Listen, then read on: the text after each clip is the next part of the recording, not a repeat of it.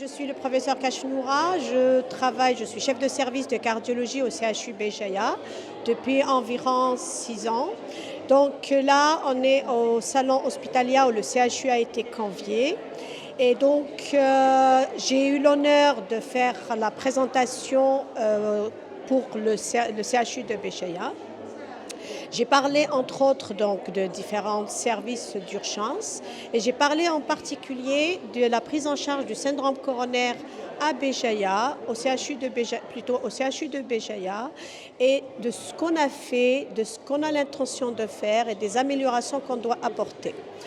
Au CHU de Béjaïa, donc depuis que l'équipe actuelle a été installée, notre but en vrai, c'est d'abord de prendre en charge les urgences en créant un service d'urgence de cardiologie mitoyen, donc une unité d'urgence de cardiologie mitoyenne des UMC, mais surtout d'essayer d'introduire toutes les techniques aussi bien invasives et non invasives dans le service, de manière à ce que ce soit un service qui soit complet et pour qu'en vrai on n'évacue pas les malades dans d'autres centres, on ne le fait pas, donc tout se fait au niveau du CHU.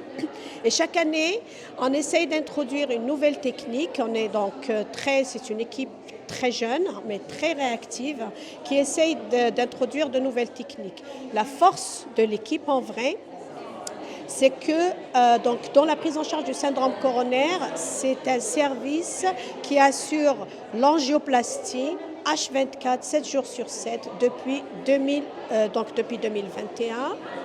Et la direction nous aide beaucoup par la disponibilité du consommable. C'est vrai qu'on a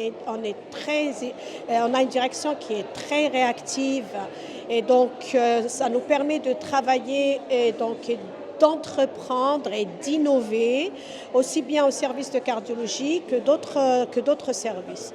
Donc, autre chose, c'est qu'on essaye aussi même, donc en cardiologie interventionnelle, on a une équipe très dynamique, je disais. Et pour l'année 2025, on a fermé des FOP, des CIA, dilatation mitrale, en plus bien sûr de la coronographie angioplastie.